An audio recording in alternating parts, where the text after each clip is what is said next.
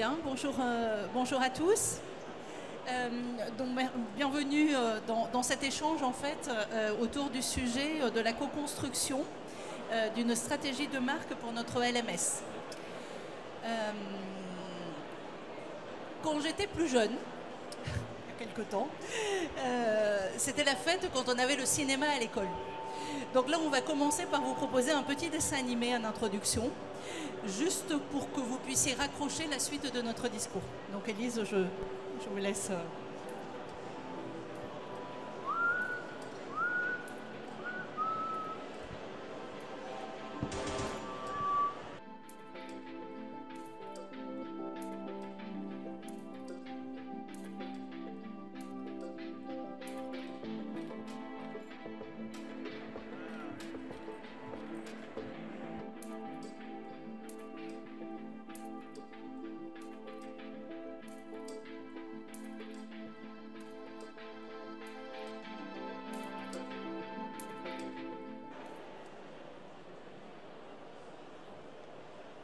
Donc là, en fait, on vient de vous montrer quelques modules en fait, qui constituent notre LMS, qui, vous allez pouvoir le voir, sont des modules un petit peu en rupture dans la façon dont ils sont conçus. Ça va vous permettre de rapprocher en fait, notre discours ensuite sur pourquoi on a pris ce parti-là. Petite présentation, donc moi je suis Sandrine Lamidon, je suis directrice du développement RH du groupe Le Safre, leader mondial de la levure. Et donc j'ai en charge en particulier les activités de Learning Development. Alors bonjour à tous, je suis Mehdi Bouzekri, je suis dirigeant de 2B Partners qui est un cabinet de stratégie marketing décliné à la marque employeur. Et bonjour, je suis Élise Barca, je suis ingénieure pédagogique pour Transperfect Learning. On est juste là si vous avez des questions après. Et donc un petit mot sur Transperfect Learning. Nous, on travaille sur de nombreux projets à travers le monde avec de nombreux clients comme Adidas, comme Dior et bien sûr le Safre. Et notre spécialité, c'est l'accompagnement pédagogique et la création de formations sur mesure pour répondre aux besoins de chacun de nos clients. Alors, on va commencer par la problématique. Je vais vous exposer ma problématique. On a lancé il y a 2 ans, en fait, un Learning Management System. Donc, le SAF regroupe de 10 000 personnes, plus de 70 pays dans le monde, donc extrêmement multiculturel. C'est un monde industriel hein, de production. Et donc, au moment où on lance notre Learning Management System, on doit adresser finalement un nombre de populations extrêmement large, de l'opérateur jusqu'au dirigeant. Et on a une problématique, enfin, on prend un parti qui est véritablement d'acheter une bibliothèque de contenu. On développe également du contenu sur mesure et on prend le parti d'offrir l'ensemble du contenu à tout le monde, quel que soit le niveau. Donc on a une vraie problématique de maintenir finalement, enfin déjà d'attirer sur la plateforme parce que c'est quelque chose qui est nouveau. Hein. Donc juste pour vous donner une idée, 60% d'opérateurs. Donc une appropriation digitale qui n'est pas nécessairement complètement là. Donc on prend le parti d'ouvrir à tout le monde, donc ça veut dire il faut une attractivité sur la plateforme, il faut maintenir l'attractivité dans le temps, hein, donc il faut que les gens reviennent, ensuite il faut que les gens soient satisfaits effectivement, et surtout il faut qu'on arrive à transformer finalement ce qu'on amène en termes de e-learning en action. Et ça, en fait, sur un marché qui est un peu particulier, mais là, je ne vais rien vous apprendre, c'est certainement ce que vous voyez tous au quotidien, une pénurie de talents. Donc, ça veut dire que le e-learning s'inscrit comme une solution d'attractivité et de rétention, très clairement. Une mutation des valeurs du rapport au travail, donc en particulier la place pro-perso, le travail hybride, enfin, etc. Donc, qui pose la question de l'apprentissage d'une façon particulière et en tout cas comme un levier de création de valeur.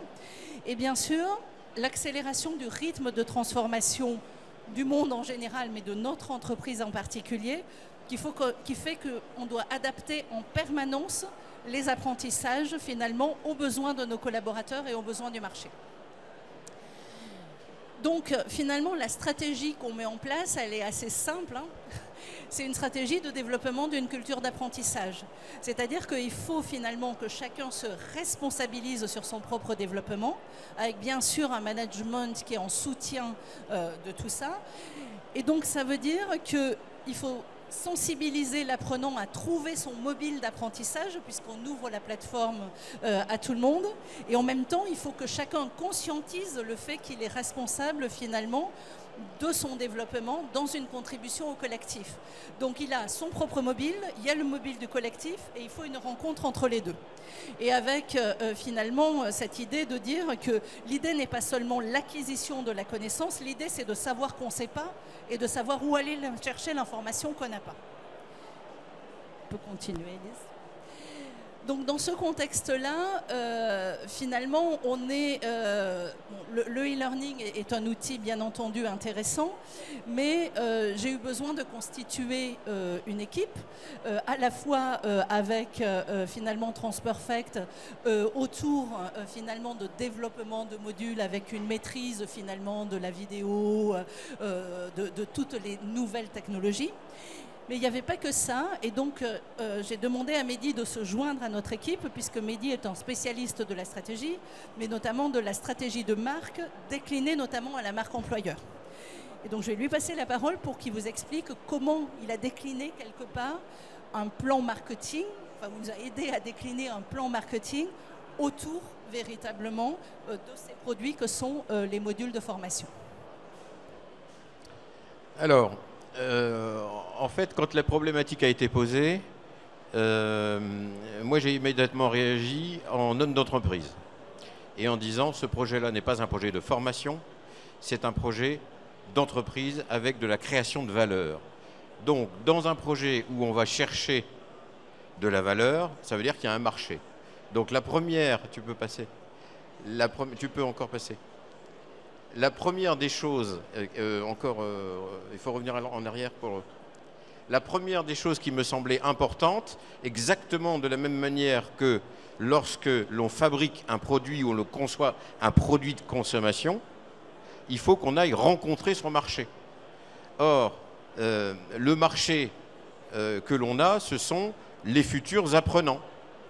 Donc, il faut bien aller chercher, comme pour un produit de grande consommation, quels sont les facteurs clés de succès qui vont faire que ces personnes vont fréquenter la plateforme et prendre le savoir, mais surtout le préserver. Et ensuite, pour répondre à une culture de l'apprentissage, qui était la finalité, comment chacun allait trouver en lui le mobile qui ferait qu'il ait envie d'avoir envie d'apprendre. Et là, on a utilisé un petit peu de neurosciences. Donc c'est le complexe de... enfin, ça c'est les objectifs. Vas-y, tu peux passer. Alors les objectifs, c'est de servir de stratégie, comme je l'ai dit, mobiliser et pérenniser l'envie et donner l'envie d'avoir envie par la suite. C'est-à-dire, ce n'est pas seulement de regarder un e-learning, c'est de regarder un e-learning, se l'approprier et avoir envie encore d'en apprendre et d'en visiter un autre, etc. C'est-à-dire qu'on répond à la question qui est de dire il faut que ma plateforme, mon LMS, soit fréquenté au maximum par le maximum d'apprenants qui, je le rappelle, est mon marché. Alors, donc les deux objectifs, c'était transmettre les connaissances sur des sujets, donc ça c'est la formation sachant-apprenant, et puis surtout, et c'est là où on a utilisé des techniques, neurosciences et autres, c'est la rotation de la posture. C'est-à-dire que l'apprenant va sur la plateforme, il regarde le e-learning, bon, très bien, et après, qu'est-ce qui reste dans la mémoire? Qu'est-ce qui reste dans le réflexe de l'apprentissage? Or, c'est ça qu'on veut développer dans la culture de l'apprentissage avant la connaissance ou la maîtrise de la connaissance. C'est d'abord le réflexe d'aller chercher l'information. Et d'aller chercher l'information de manière individuelle, avoir envie d'aller chercher l'information. J'ai envie d'aller me renseigner sur le dernier parfum Guerlain. Eh ben, c'est exactement la même métaphore ou le même parallèle qu'on a utilisé ici en termes de mécanique d'approche des consommateurs ou de notre population que sont les futurs apprenants. Alors c'est bien l'addition de l'appropriation du savoir et ce qu'on appelle la résonance personnelle, c'est en neurosciences, qui fait qu'on va mobiliser le collaborateur et que son ressort d'envie va aller vers tel ou tel produit ou tel sujet de formation. Et puis ensuite, bon, évidemment, on cherche que le comportement soit durable au fur et à mesure du temps parce qu'on a inscrit notre démarche dans une démarche de création de valeur. De création de valeur exactement comme quand on conçoit un produit, comme on produit un produit sur une chaîne de production, on fait la promotion du produit, on vend le produit et on mesure le résultat. C'est exactement la même trame, la même hiérarchie qu'on a utilisée. Alors, on a recouru à 3 vecteurs. Le narratif, parce que raconter une histoire, c'est doux à l'oreille. L'imaginaire, parce que c'est beaucoup plus facile de taper sur l'affectif des gens, parce qu'ils créent leur propre imaginaire et donc ils retiennent leur propre schéma du contenu qu'on veut leur transmettre.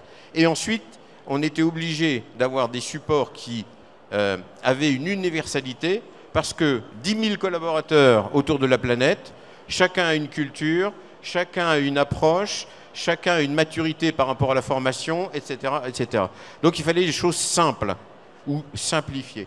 Alors on a pris, là par exemple, c'est une allégorie du Petit Prince pour illustrer les valeurs. Et on se balade dans la galaxie ou dans la Voie lactée des valeurs, par exemple. Et donc on réveille chez les uns et chez les autres l'inconscient collectif et on crée un lien affectif avec la gamme, j'allais dire, de e-learning animé que l'on propose en identifiant avec des petits personnages, comme vous avez Mamie Nova, ou comme vous avez Bonne Maman, ou comme vous avez, je sais pas, la Mère Denis, enfin, ou tout ce que vous voulez. Donc là, on a un personnage qui, en fait, est un personnage qui existe chez le SAFRE. Donc on l'a fait vivre. On l'a fait vivre parce que c'est lui qui est le porteur de la connaissance et de la transmission. Mais il est sympathique, donc on s'y attache. Et quand on est sur le dashboard en fait, du LMS de chez le SAFRE, on a dans la famille e-learning animé, eh bien, on a le e-learning des valeurs, le e-learning des project management, le e-learning de diversité et inclusion, etc., etc.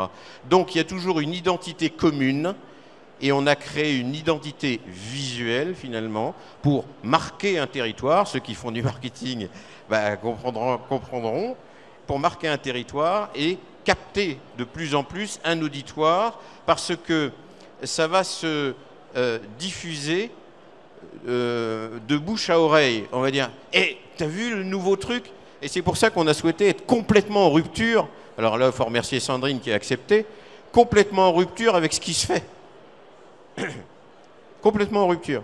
Parce que on a fait par exemple, on a fait un e-learning sur les valeurs où on ne voit pas le PDG qui fait la promotion des valeurs. Non, c'est le petit personnage qui, lui, parle au cœur, entre guillemets, à la partie affective du cerveau du salarié en lui disant, tu sais, les valeurs, ou tu sais, l'ambition, c'est ça. L'ambition, c'est ça. Le respect, c'est ça, etc., etc. Donc c'est un message qui s'approprie. Et comme ils vont s'approprier ce message qu'on ne leur aura pas imposé, ils vont bien évidemment avoir le réflexe où ça va leur dire quelque chose dans leur propre imaginaire. Et donc, ils se mettront en action pour propager ça. Ensuite, on a déployé le e-learning à la façon d'une campagne marketing pure et dure. C'est-à-dire qu'on a une phase de teasing sur le LMS en présentant donc, des petits morceaux de des sujets, des univers. On a créé des univers qui sont autant de repères dans l'inconscient collectif. Là, on est dans l'Ouest. Alors, pourquoi on est dans l'Ouest? Parce que c'est un e-learning sur la gestion de projet. Le premier gestion de projet dans l'humanité, c'est la voie ferrée entre l'Ouest et l'Est pour transporter l'or. Donc on a des références qui sont quand même solides avec des choses qui sont ludiques en même temps. Voilà, moi j'en ai fini. Je donne la parole donc à Élise. Merci Mehdi. Donc moi dans cette partie je vais vous montrer comment à Transperfect on a en fait mis en œuvre la proposition stratégique de Mehdi. Pour mettre en œuvre cette stratégie, on a utilisé l'approche de l'apprentissage par le récit. Alors pourquoi le récit? D'abord parce que les histoires donnent du sens. Comme l'a dit Mehdi, pour parler du project management, on utilise l'exemple de la ruée vers l'or. Et en fait, ça nous permet de rendre des éléments abstraits beaucoup plus concrets et de parler à l'apprenant. Ensuite, les histoires, elles captent l'attention. Donc là, dans ce cours sur les biais cognitifs, on suit l'histoire d'Anna, qui est directrice des ressources humaines et qui doit recruter quelqu'un. Et en fait, Anna, elle fait des erreurs et nous, avec elle, on fait des hypothèses et on a envie de connaître la suite.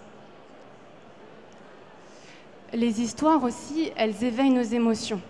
Donc nous, avec nos équipes, on essaye de créer des environnements immersifs en utilisant toutes sortes de médias, la vidéo, les visuels, la musique, les sons, pour transmettre des émotions, ainsi que les interactions. Donc là, on avait utilisé des interactions très courtes pour rendre l'expérience très dynamique. En plus de cette approche de l'apprentissage par le récit, on trouvait ça très très important et on sait que c'est un fort levier sur l'enseignement, sur l'apprentissage, de donner le pouvoir de décision à l'apprenant en lui donnant la possibilité de progresser à son rythme et en lui donnant la possibilité de personnaliser son expérience. Donc, il manque un truc. Il y a un truc qui manque. La première idée qui n'est pas là du coup, mais c'était que Sandrine avait choisi sur le LMS de laisser tous les cours en accès libre, donc ouverts à tous. Donc pour permettre à chacun d'aller vers ce qui l'intéresse et de former comme il le souhaite. Donc par exemple, même si je ne suis pas chef de projet, je peux tout à fait suivre la formation sur Project Management. Ensuite, nous, dans l'équipe de production, on fait en sorte de créer des interfaces qui répondent bien aux critères en termes d'accessibilité pour, encore une fois, favoriser l'apprentissage en autonomie et donner le contrôle à l'apprenant. Donc là, par exemple, ça ne s'affiche pas, mais le menu est séquencé avec des petites parties pour faciliter la navigation. L'apprenant peut facilement activer ou désactiver les sous-titres ou le son comme il le souhaite. Et enfin, pour donner le pouvoir de décision à l'apprenant, tout au long des modules, on lui permet de participer à des activités d'autoréflexion. Donc là, dans ce cours sur diversité et inclusion, par exemple, on va lui demander, à ton avis, selon toi, combien de chefs d'entreprise dans le monde sont noirs? Bon, moins de 20%. Si tu étais dans cette situation, quel élément est-ce que tu mettrais en place dans ton équipe? Voilà, pour encore une fois qu'il s'approprie le contenu. Je laisse maintenant la parole à Mehdi et Sandrine pour conclure et parler des impacts.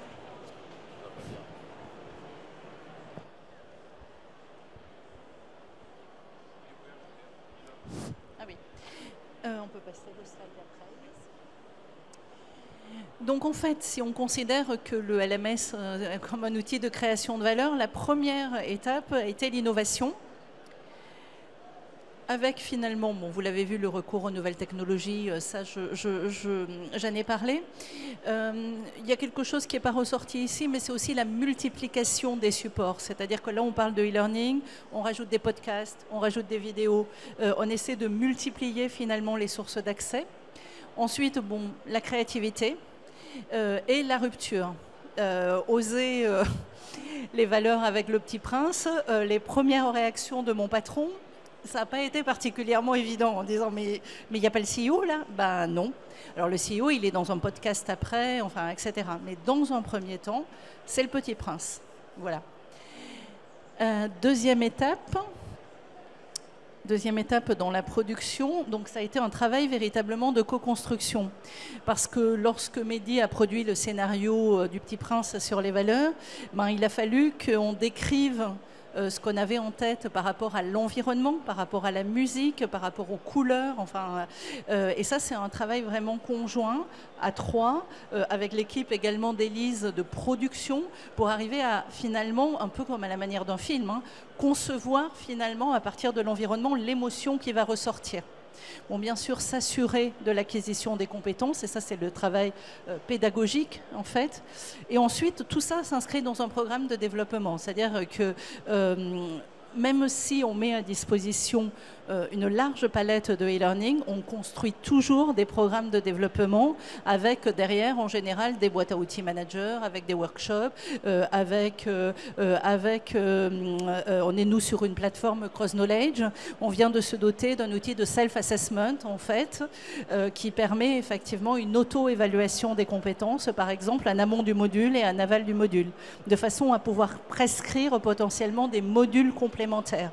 Donc, en fait, c'est pas one shot. Donc on est dans cette logique de dire, mais que vous connaissez certainement, le fameux 10-70-20 en fait, 10% de connaissances, 70% d'expérience et 20% d'aventures nouvelles, enfin, etc., d'exposition.